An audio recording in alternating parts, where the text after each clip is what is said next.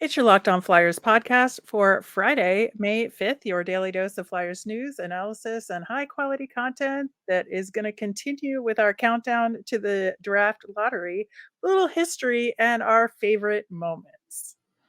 Yeah, there's a lot of them. Yeah, we will dig into it all on today's show. Your Locked On Flyers, your daily podcast on the Philadelphia Flyers.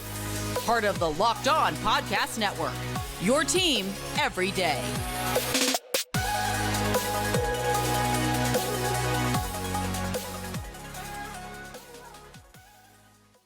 Hey there. Thanks for making Locked On Flyers your first listen every day. I am Rachel Donner. You can find me on Twitter at rmiriam. I'm here as always with Russ Cohen, who is on Twitter at Sportsology.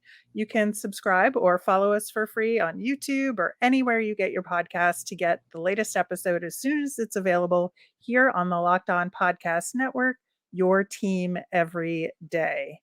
Russ, before we dig into some fun facts on the NHL Draft Lottery, the Calder nominees are out. And I wanted to bring this up, amongst a couple of other awards. We're kind of midstream in the NHL award nominees being announced. And Noah Cates was not on the list of finalists. No. It was Matty Beniers, Owen Power, and Stuart Skinner. All worthy, I think, for sure. I think a lot of people put Noah Cates on their list, but maybe fourth or fifth. And I'm very curious to see where the votes came out, like once the awards are given and we can see what that is. Well, I look, Noah Cates wasn't on mine. There's, you have Wyatt Johnston, you have Matthias Michelli. They all had better seasons too. Those are two of the more other likely guys, to be honest, that would be on there. So, I'm not even sure I had Skinner on mine. I may have had him. I may have taken him off because there were just too many good guys. I mean, Mason McTavish also, I believe, had more points than Cates. So, yeah, Cates had a nice year, but he wasn't in this class. I didn't feel. Yeah, I didn't think so either. But like I said, I think I'm just curious to see where he came out in the wash in terms of people's selections, because I did see a lot of people put him on their list in that fourth or fifth slot. So we'll see. We have already gotten the Selke nominations. Of course, Patrice Bergeron is there. Nico Hischier and Mitch Marner were the other two. And Lady Bing noms, which I don't know if this award is like worth. I'm not a fan of the Lady Bing award. I'm just not. I know. I'm just like, why are we still doing this? But Jack Hughes, Anze Kopitar, and Braden Point were this year's nominees on that. Like I said, we'll continue to get other NHL award nominations as the next week or week and a half progresses. The ceremony is June 26th, and we'll see how they come out then. What I would like to say about the Selke is, while I did have it in 1-2 in that order, it was really close. Like, Nico Hischier is a tremendous defensive player. And I did look at both and said, this is really close. So I wasn't being a homer pick. But, Hischier is definitely going to win a few. Yeah, I think so too. He's a tremendous talent. And I know that's a sore subject for some Flyers fans. But, with the lottery, as we're talking about and continuing to talk about, it's, where the ping pong balls bounce, I guess. And that's where we are. Another small bit of Flyers news, the roster announcements for men's worlds. We just had the U18 worlds. We're moving into men's worlds coming up. Flyers prospect Cutter Gauthier, as well as defenseman Ronnie Attard, are on Team USA's squad. So congratulations to them. And looking forward to seeing if any other Flyers or Flyers prospects are on other countries' rosters. Yeah, they get a free trip to Europe. Where is it this year? I don't know. I don't know either. Shows you how much I'll be tuning in, but it is nice that those guys get named and get some experience. Yeah, I think so too. It should be a fun tournament, for people who like to continue watching some, I would say medium-sized star hockey. Yeah. And some older guys getting an extra. And then as guys get eliminated, some of them will pop over there for a quick vacation and a couple more twirls around the rink. Yep, exactly. So we will look forward to that. Switching over to the NHL Draft Lottery, thought it'd be fun to just dig into the history of the lottery because Yeah. it really has like morphed over the years. And it feels like only yesterday that they started doing this, but maybe that's because it makes me feel old. But the first NHL Draft Lottery wasn't until 1995. So But they before didn't that, televise it. that is true. That is true. The list just went in reverse order, as we know, in terms of worst to best record. Back then, only one team won the lottery for the number one slot, and you could only move up a maximum of 4 spots. So the first overall pick would absolutely go to a bottom five team. Those were the simplest of days, and it lasted for a pretty long time, from It 95 did. until 2012. They didn't make any changes. And the first lockout made some adjustments for that 1 year, but Right. it wasn't until 2013 that they kind of decided to monkey with it a little bit for this never-ending quest for parity, which is kind of hilarious in a lot of ways because like sports are inherently unfair. Like Right. it just you cannot make sports fair. You can try and you can inch closer, but it's like, standing 10 feet from the wall and say, okay, go halfway there, and you'll never hit the wall, right? And that's kind of to me what sports is and fairness. You're just never going to get there no matter what kind of machinations you do. No, it's true. But I mean, the thing you'd never want to lose sight of is the worst team should have the best odds. That's yeah, really you could never. And I just feel like, and I'll point out a landmark year in this, but I just feel like over the years that's decreased, and yeah. and and that's core, and that's been cause for discussion at the GM meetings and stuff, because some of it I know is supposed to stop tanking, but some of it's just ridiculous too.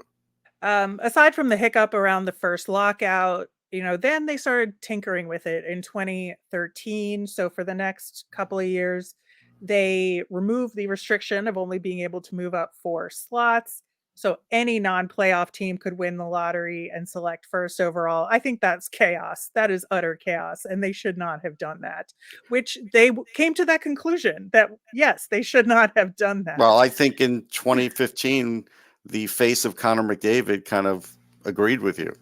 Yeah, I think so. And, we'll get into that in terms of notable milestones in the draft. But then, the following 3 years from 2016 to 2019, they decided to make, okay, the top three selections are going to be determined by the lottery. That's when they did the weighted odds thing. And then they had 3 separate drawings for those first 3 picks. And, that did not work. We all know It that didn't. that did not work, and that's why we No. have some trends, which we're gonna talk about Yep. a little bit later. Then we'll have the COVID lottery, which is a whole separate topic. We'll get into that in 2020. 2021, then they said, okay, only the first 2 picks are gonna be decided by the lotteries. But you can only move up 10 spots, so there's still a restriction, but it's not much of one. And they said that you can only win the lottery twice within a 5-year period. Right. And that I would call that the Edmonton Oilers rule. The But Penguins rule. yeah, or maybe the New Jersey Devils rule in a side. Yeah. But yeah, so there's some fun facts about if you look at all those lotteries. So there's 28 of them we've had so far.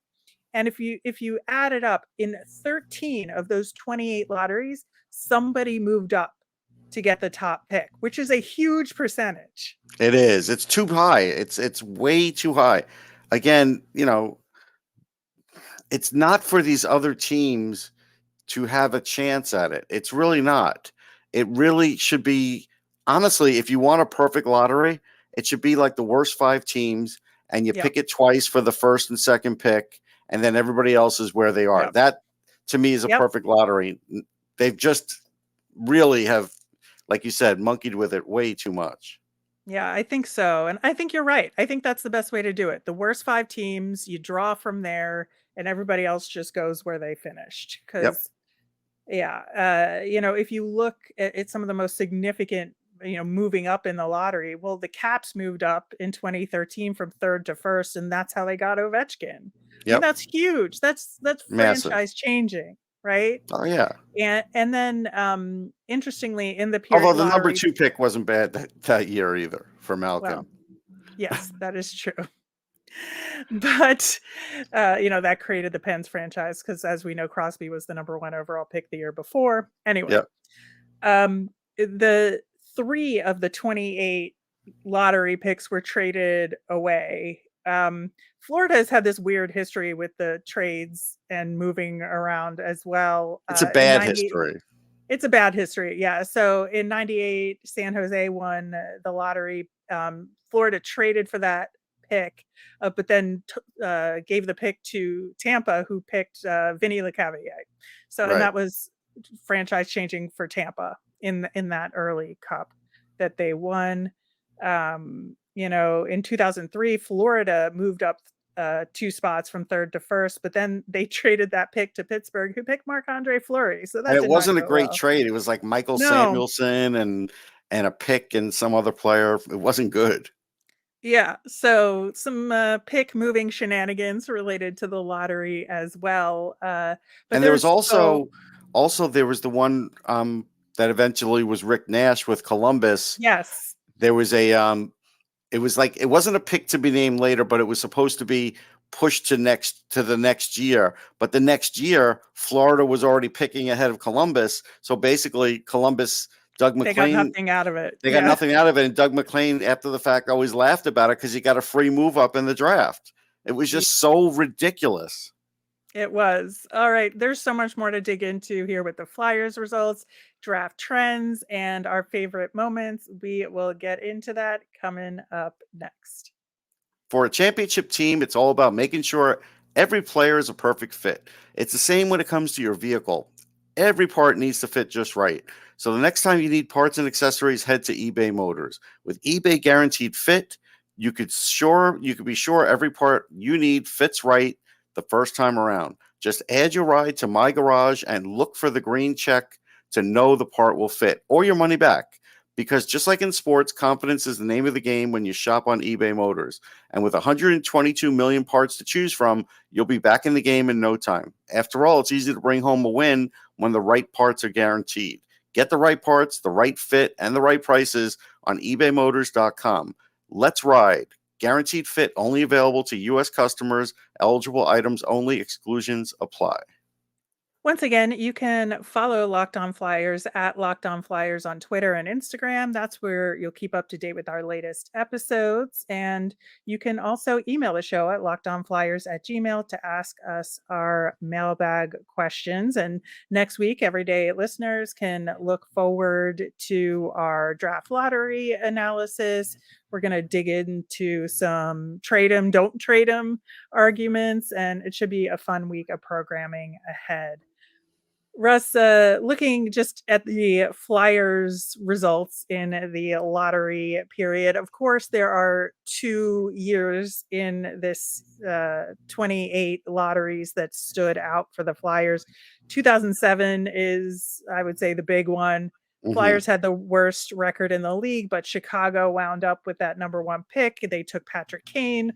Flyers took JVR, and the rest is unfortunate history. Mm-hmm. Yeah, but I told you, people in Chicago hated the Patrick Kane pick too.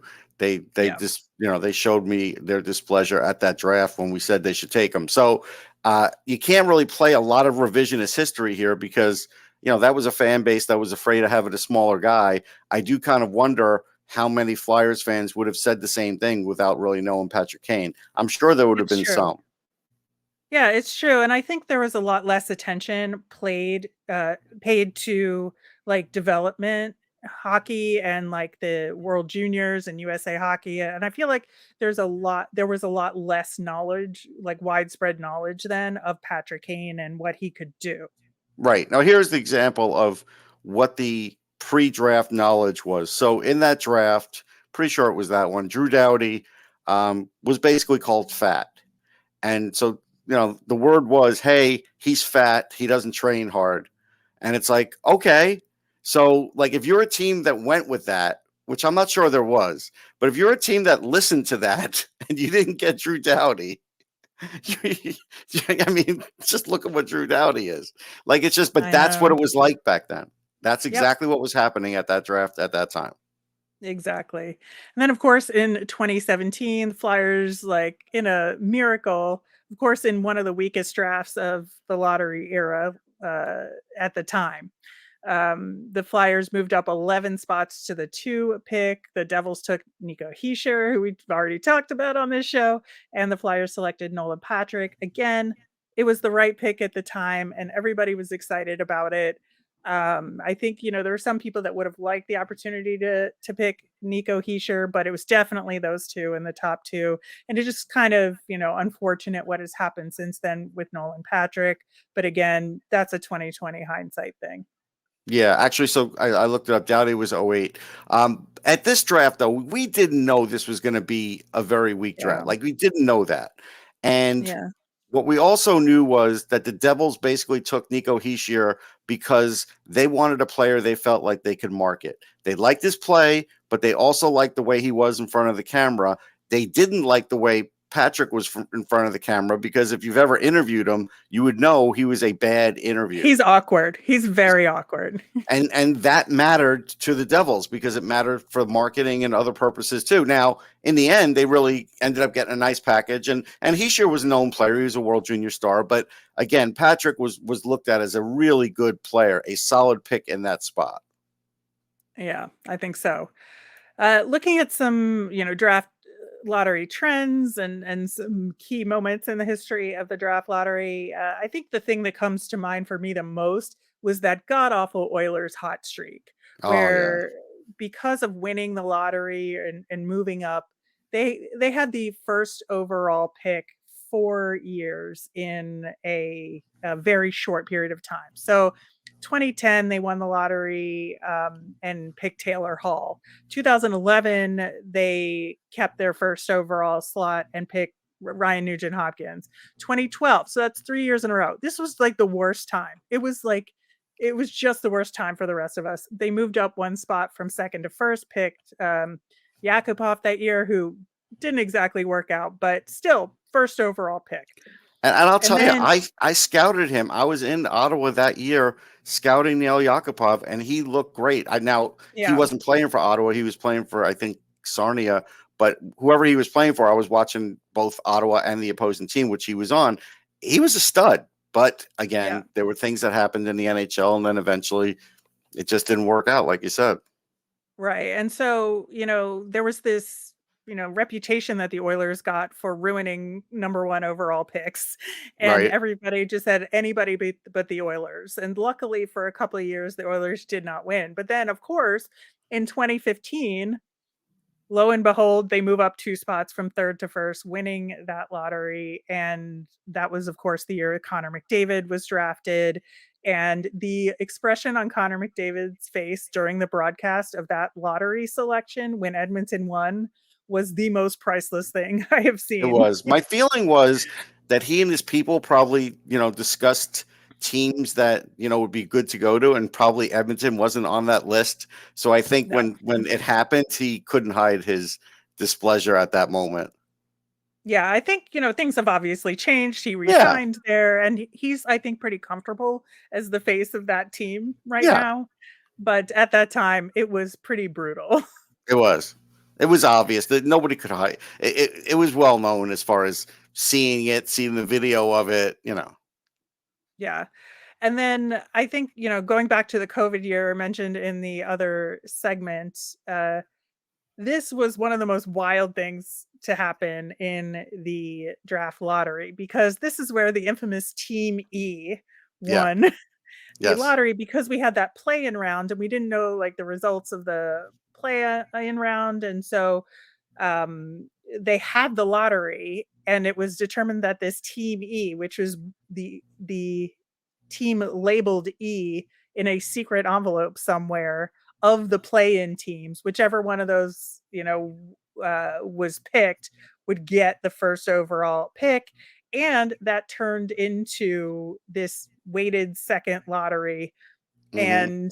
and it turned out that Team E was in fact the New York Rangers, and that was Yeah. just it was It was weird. yeah. It was completely weird. But again, I'm going to tell you, I think, what we talked about the other day with what happens if Ottawa wins and they can't get the top pick, that Yep. can be just as weird of a moment. It really can be, because, I don't think Pierre Dorian's going to hide his feeling about it if he gets the top pick, because it's going to kick in right after he gets it. Like, oh yeah, I can't, we don't get the top pick. Yep. So one of those very weird years, but I just remember being baffled when it came up Oh in yeah. on the broadcast. And then I would say the other thing for me that stands out is the recent luck of the New Jersey Devils. And that has absolutely shaped this team and what it is now. And I think why they were able to take such a significant jump in the last couple of years is because of Hmm. their lottery luck. There is no doubt. Well, I So think it's all overall draft picking too. I mean, if you go yeah. back and look at a lot of their picking, it's really, really good, among the best. Yeah, I think so as well. So obviously in 2017, picking Nico Hischier. In 2019, they moved up 2 spots from third to first, and this was the Jack Hughes lottery, and he has made a tremendous impact on that team. And even last year, they moved up 3 spots from fifth to second. Again, like with that lottery luck moving up. And they picked Simon Nemec, who we profiled on the show last year Oh yeah, leading he's going up to be a to stud. draft. Yeah. Yeah. And so he's not, part of the team yet, but he's going to be part of the future of the Devils. And so I think their lottery luck will absolutely have a huge impact on the longevity of this run that the Devils And will they have. have Luke Hughes, and they have Mhm. Dawson Mercer. Like, they've done really, really well for themselves. Yeah. I mean, those aren't lottery related. That's No, just no, no, picking. but they're pick But related, just in the sense yeah. that, because, I know Flyers fans are thinking, all right, look, we don't have the most luck in the lottery, but it also shows you that it's more than just the lottery. Like, it's those other picks too. Yeah. We're going to continue to talk about favorite lottery moments and the broadcast and our hopes, wishes, and dreams for Monday coming up next. All right, Russ, do you have any other favorite draft lottery moments that we have not talked about? Yeah, so in 2019, I remember bitching up a storm because the rules changed. And the rules changed, and this is the wording of it. The odds of winning the draft lottery for the 4 lowest finishing teams in the league decreased, while the odds for the other non-playoff teams increased. And I was like, why? Why are you rewarding these other teams that just missed the playoffs and taking away percentage points from the bad teams? Like, to me, it was awful. It was just and I remember just saying, this is just dumb. Yeah, I think so too. I really think them changing the percentages and weighting is just ridiculous. And the fact that so many of those percentages are close to each other. It's like Yes. 6.5, 6, 5.5%. Shouldn't Like, be that why? close. Should not be that close at all. And No. like, frankly, I think anybody outside of the top 10 should have 0, and they should weight it a lot differently if they're going to keep it that way. And then in 2020, I was a little shocked because, a lot of times, let's face it, the lottery broadcast gets a little drawn out, and I tuned in like a second late for whatever reason. I don't remember what was going on in my house. And because I've written multiple New York Ranger books, and it's always put in there, New York Rangers never had the first overall pick. New York Rangers, and then all of a sudden to see that they got it, I was just like, it was shocking because it's been something I had written for many years. So that was a shock to me. That was like, wow. Can't complain about that anymore, Rangers. No. So Fans had nothing to complain about anymore, and thankfully I wouldn't have to write it anymore. So there you go. yeah. As far as the broadcast goes, I think, just as a pure form of entertainment, I like the ping pong balls over the holding up a piece of The paper. cards. Yes, me too. But I'll tell you what the problem is. The problem with the ping pong balls is then you get these conspiracy theorists that go back to the Patrick Ewing New York Knicks lottery of the NBA, thinking that the lottery balls were weighted, so the Knicks won the lottery, and that's how they got Patrick Ewing. Like, stop. But I think Well, that's what the NHL was looking look at. what that did for them. Patrick I Ewing know. never won a ring. I So know. But he was a and really good player. I appreciate that as a Georgetown hater. Anyway, Sure. Um, I But I think, don't you think that's the reason though? Because like you can sort oh of pick on sure, the ping pong balls and say, you but can. look how that ball slipped at the end. Now you can't. They took all that out Right. of it. But there was some fun to it because like we all grew up, or at least on the East Coast, with the lottery drawings on like Friday night with the ping pong balls, and you get this horrible Yeah. MC. And you just, the MC is like, well, he's vamping for 5 minutes, and you just like want to be like, shut up and just draw the numbers. But it was fun to watch those lottery balls. It always was. Yeah, I think so too. But I think it's better that they do it with the cards and like computers and such. But the ping pong balls are more fun. That's for Yes. sure. As far as the broadcast goes, I think obviously we know they stretch it out too much. That's a given. But the reaction shots and who they invite from each team, sometimes they've had the GMs or an assistant GM. Sometimes it's a famous alum. Mascots would be chaos, but what's your I'll give you the preference for how that goes? uh I'll tell you what my ideal draft lottery would be. Again, would be those 5 picks, but you put those GMs singularly into the chamber with all the air, and like how they have the dollar bills. Like you remember those Oh shows where my you had to god, grab all the yes. dollar bills you can? Well, Oh no. this one you have to grab all the pieces of paper you can. Whoever has the most gets the fifth pick, the first pick. Whoever has the second most gets the second pick, Uh, and so on. Russ. How entertaining would that be? Them stuffing their pockets with like these draft dollars. Come on, you have to admit that would be unbelievable television. It would be. It would be. You have to make sure you have representatives that are on similar, this again, sports Yes, aren't fair, are on similar physical abilities, yes, yeah. So So maybe it's all the ASGMs because they're younger. yeah, maybe. But I wouldn't mind the mascots either. By the way, the mascots Yeah, to me would be fine because the GMs don't want to be on camera. They don't. no, they don't. It's very clear that from their expressions, none of them want to be there. But though, or like maybe the GM's kid or something, like have a kid Yeah, representative. I think yeah. that would be fun. Just like mix it up a little bit because you're going to drag it out, like I said.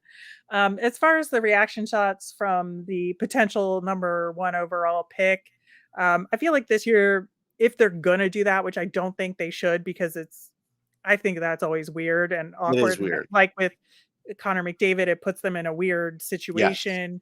But like with Connor Bedard, I hope he's not there. They probably will, but I don't like that part of it. he's probably going to be there. I know. It's just brutal. He'll find out what Secaucus, New Jersey is really like. Yeah. Like everybody sees the NHL Unless they network. have him remotely. Right. But what I mean? Everybody sees the NHL network and like, oh yeah, this is a cool place. Oh, Secaucus, that seems like a cool place. Till you go there. Anyhow. I don't know if anybody ever said Secaucus. It sounds fun. But here we are. Well, we're going to be doing all of our superstitions and keeping fingers crossed and toes crossed and all of that for Monday's drawing. We'll kind of Except they give you. pushed it back an hour, Rachel. I know. I know. We talked about that on yesterday's show. We also talked about some different mathematical scenarios and all that. So if you haven't listened to it, I would Yeah, highly the suggest. mathematical anomalies are fun to Yeah. go through, and we did go through some thanks to you. Yeah. Yeah. So we'll, if you haven't listened, go back and listen to yesterday's show for that. Also on Monday, we will have our nemesis of the week. We'll do a playoff catch up and all that. So Monday should be a super fun show, as will Tuesday when we wrap up the lottery results. Gee, And what's we'll the either odds be that the nemesis is going to be about the lottery? Well, it can't be actually because it's on Monday, and it is on Monday. Sorry, yeah. nope. I forget it wasn't on Tuesday. It was on Monday. My brain didn't work there. It still Yeah. could be Well, about the lottery, though, by leading up to it. I guess it could be. it could be. It could be. All I know is I'll probably be crying for joy or for sadness, either way. So, Well, uh, you won't be crying for sadness if it's like eighth, though, will you? Like, because then you'll just be like resigned to it. I think you well, would cry yes, for sadness if it were like it fourth. was ninth. If it was Yeah. ninth, but we can't get fourth, Oh, as that's we right. found out. Third. So third, Third. I think you would be crying just because you're so close. I think No, a no, third is the chaos scenario. Remember that yeah, I that's wanted, true. kind of. So, Anyway, Anyhow. that will do it for today's show. There's so much lottery stuff. We could talk about it forever. It's so much fun. Like I said, we will be back on Monday. And in the meantime, if you have any questions for us about this Flyers off season, get them in at Locked On Flyers on Twitter. You can email us at lockedonflyers@gmail.com, or you can comment over on YouTube. I'm Rachel. I'm on Twitter at rmiriam. That's RMIRIAM. I'm Russ. I'm at Sportsology, SPORTSOLOGY. Thanks for listening and have a great weekend, everybody.